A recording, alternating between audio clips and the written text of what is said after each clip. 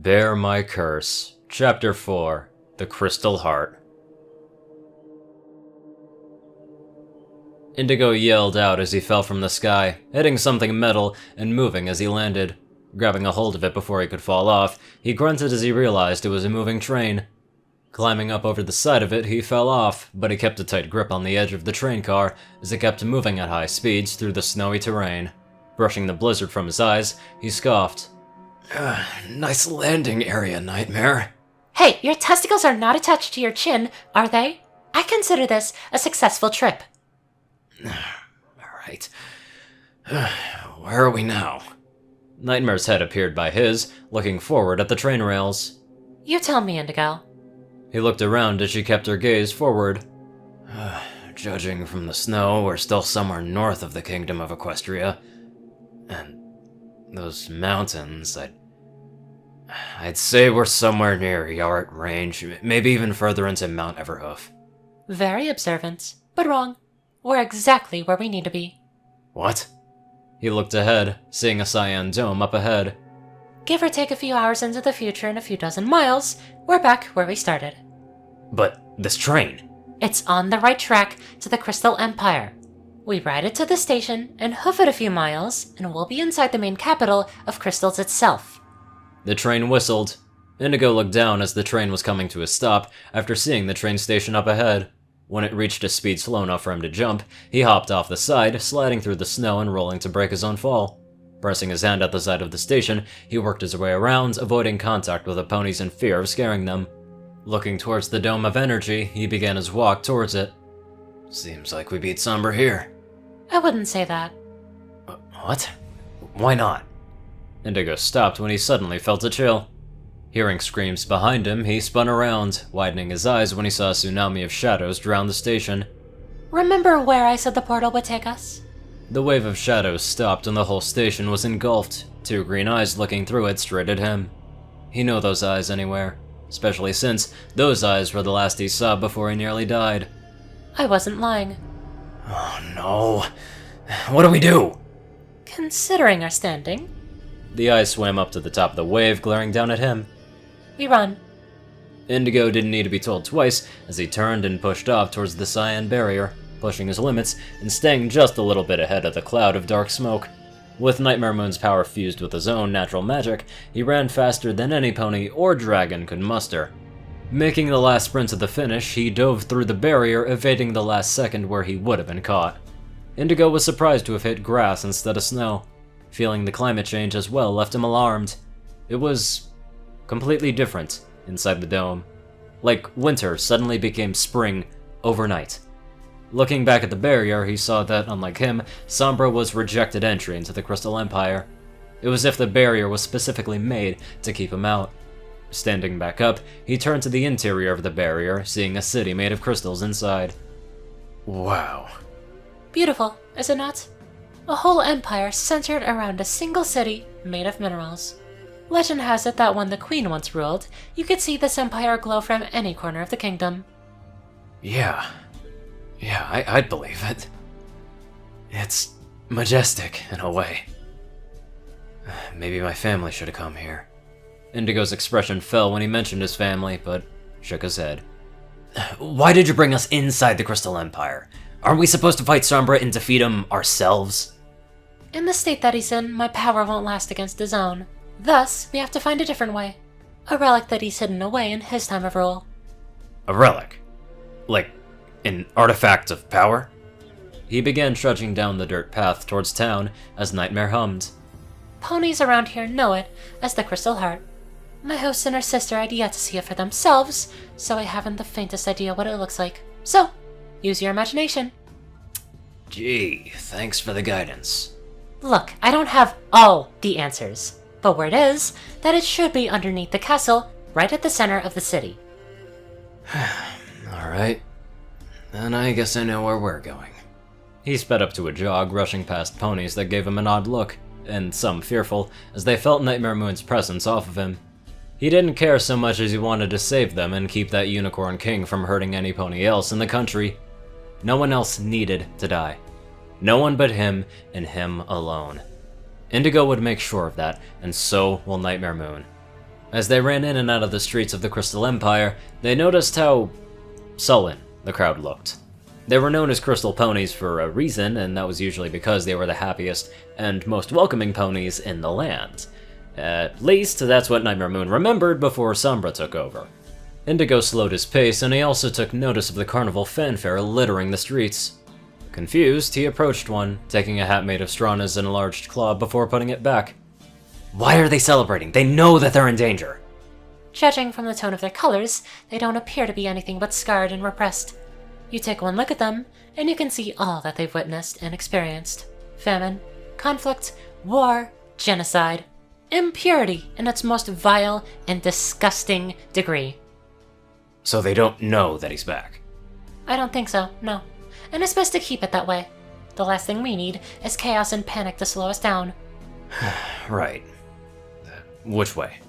Down the street. The castle is just up ahead. Turning to the side, he rushed past and jumped over ponies in the street, getting odd and fearful looks when they were supposed to be happy, considering every smile adds a new layer of brightness to their fur. Making his way to the base of the castle, he saw it standing upon 4 supportive beams of crystal. Looking underneath the airborne suspended castle, he saw 2 mares trying to shoo away the citizens. Wait, that's gotta be it! Nightmare Moon kept silent, a feeling of uncertainty in her essence, as Indigo walked through the crowd, gently ushering them out of his way. Stop! Wait, what? Nightmare Moon looked at the ponies of the crowd, seeing the 2 that were guarding it. Behind the sporting crystal, now. He blinked at the urgency in her voice, but did as she said, hiding himself when the mares were distracted. Wait, what is it? What's wrong? Those 2 mares in front of the Crystal Heart. They're 2 of the 6 element bearers that defeated me when I returned to Equestria. Indigo looked past the pillar, seeing a white unicorn with a curly purple mane and tail, along with a farm pony with orange fur. The elements of generosity and honesty. If they know I've returned as well, they will turn on us. We can't be seen, not by them. So, what now? How do we get the... Indigo was interrupted when a pink earth pony who was putting on a show fell off the beach ball that she was dancing on. Watching it hit the heart and sent it flying from its cover, he blinked when he saw it skid to a halt before the citizens. The crystal ponies confirmed his suspicions as they all gasped. This isn't the Crystal Heart. Oh, well, of course it isn't. The real one is... it's on its way! Well, I was going to say it was being polished. Indigo stared at the fake relic, cursing to himself as he looked out towards the city. The image of bright skies was flickering, and Sombra was getting closer. We need to find the heart. Check the castle. It would be the one place where he would hide it. No pony would dare enter it when he was in charge. They were too scared to. Alright, good idea. Indigo waited till the element bearers had their backs to him, then he made his move, finding a door that led inside. Pushing it open, he snuck in, seeing 2 corridors going either way. How do we know where to find this thing? Follow your heart, Indigo. The Crystal Heart is powered by love and affection, friendship, romance, empathy, all essences that it resonates constantly. Alright. Turning his head upwards, he could feel such a presence coming from above. Rushing down the hallway, he made for the stairs and proceeded to where he suspected the heart would be, the throne room. Only, when he got there, he found that it was empty, with a secret passageway leading into the floor. Looking into it, it seemed to be a stairway leading deeper into the stomach of the castle. You thinking it might be down there? I'm thinking we're out of time. Wait, what? He turned to the throne as it burst into dark crystals, making him stagger back. Crap. He looked towards the outside through a window, seeing that the domain was fading. Running to the sill, he glanced down at the city, watching more and more of those spires appearing everywhere. You're right. There's no time to find the heart. We have to do this without it. He stepped back and prepped to jump out. Hey, up here! He stopped himself and looked up, seeing another young dragon, just a little smaller than him before the change, holding the crystal heart. Wait, shit! That's it! Now, Indigo! He turned and jumped out, using his wings to fly up a few feet before clasping onto the side of the castle. He peered out at Sombra as the barrier finally fell, hearing him roar out as he rushed towards the crystal castle with fury and rage. That is mine! His quick approach shook the ground as more spires and crystals erupted from the ground in his wake. Indigo widened his eyes as the young dragon fell off, tumbling towards his death, while the heart slipped from his grasp. Pushing in on the castle, he lunged towards the dragon just before he passed him, catching him in the heart while his feet bucked forward, knocking a nearly whole King Sombra back down the bridging crystals he used to ascend. Landing on the bridge himself, he put the young dragon on his back as he gave him the crystal heart. "Hold on to me!" The dragon said nothing as he clutched his blue spines, looking down at Sombra as they climbed to his hooves. Snarling at Indigo, he recognized the tendrils that seeped out of him, and more so, the helmet on his head. Nightmare. He stomped his hoof on the crystal below him, jutting out a few more around his body. "Give it to me! Give me my crystal heart!" Nightmare Moon glared at him through Indigo before taking hold, this time being willful on Indigo's behalf. Transforming into the second form they attained when Nightmare Moon first took hold of Indigo's body. Inhabiting it like a parasite, she growled back. "No. These ponies, this kingdom, are all mine. Only I may torment these creatures." Sombra let out a vicious snarl as his horn bubbled with dark magic. Firing at Nightmare Moon, she lifted up her claw and smashed the magic away, jumping back when several sharp crystals shot up from under her. With the young dragon still holding on, he closed his eyes tightly as Nightmare landed, just barely dodging an airborne crystal that stabbed down into the bridge before her. "Holy shit!" Language! Nightmare Moon used her tendrils to pick up the crystal, using it as a shield to block another magical bolt. While it was successful, it was only just so. The bolt reflected off of the shard, grazing Indigo's shoulder as Nightmare Moon looked back at it. Humming, she tossed the crystal away and snapped those same tendrils to Sombra's head, choking him out as she flung him over her and slammed him down into the other side of the crystal bridge. As he lifted his head to stand up, he was met with a tail quickly lashing towards his muzzle, cutting up his cheek as he was knocked onto his back, and he growled, looking up at Nightmare Moon as she turned to him. Your new host is strong." Nightmare's tendrils bit the wounds on Indigo's arm, healing it as she hissed at the Dark King. "But he's even more so vulnerable." With a flash of his eyes, Indigo let out a scream inside of his body, catching Nightmare's attention. He was using his magic to show Indigo his worst fears. Still in control, she had no way of helping him. Not out here. She had to keep fighting, while he toiled with his own demons. Just saying shit got real is an understatement as to what the hell just happened. Action sprung out very quick, but they were able to counter it even quicker.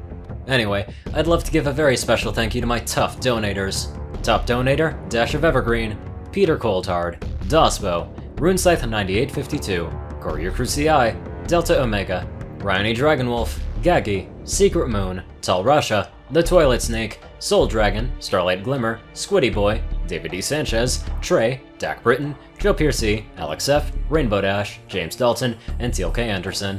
Thank you all very much for watching this video, and live life to the fullest.